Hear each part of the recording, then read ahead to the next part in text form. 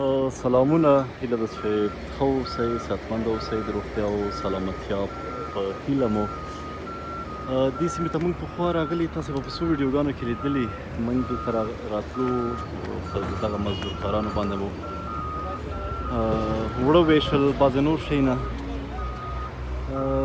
په هغه وخت کې د دې خلکو دغه تشویش همدا اوس دلته زیاتره مزدور کاران د تیږو لاندې کېږي.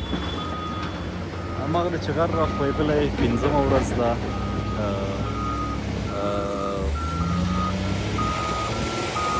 یو د مور یو زوی یې د تیږو لاندې شوی، هغې چې دلته کار کولو. 5مه ورځ ده، ولسونه کار کوي، اما د هغې جسد نه راوځي. دلته یوه ځانګړې مننه له افغانستان ملي اردو له ځواکونو د هغوی د انجنیرۍ ټیم نه چې دوی 5مه ورځ ده دلته راځي، کار کوي، دا ځای راسپړي تر څو وشي کولی هغه کس راوباسي. ویډیو یوازې هدف دا ده چې یو پیغام دی موږ او تاسې ته، یوه مینه ده د اردو د ولس سره او د ولس د اردو سره. دوی دا ویلي چې تر هغې پورې چې موږ راویستلی نه وي، موږ بېرته خپل هغه خپل اردو ته نه ګرځو.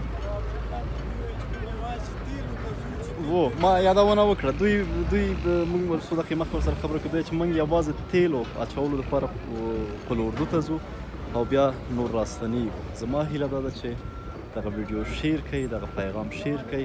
د هېواد چې ده یو سرتیری زخمي دی، هغه هم راغلی کار کوي. د قمندان چې کوم دی هغه زخمي دی، کار کوي. نو خدای دې وکړي، دعاوې به هم کوو او خپل د اردو لپاره به دا ویډیو هم شیر کوو چې دلته ولسونو ترمنځ دومره مینه محبت د خپل اردو او د هغوی هغه مینه محبت د خپل ولس سره دی. مننه.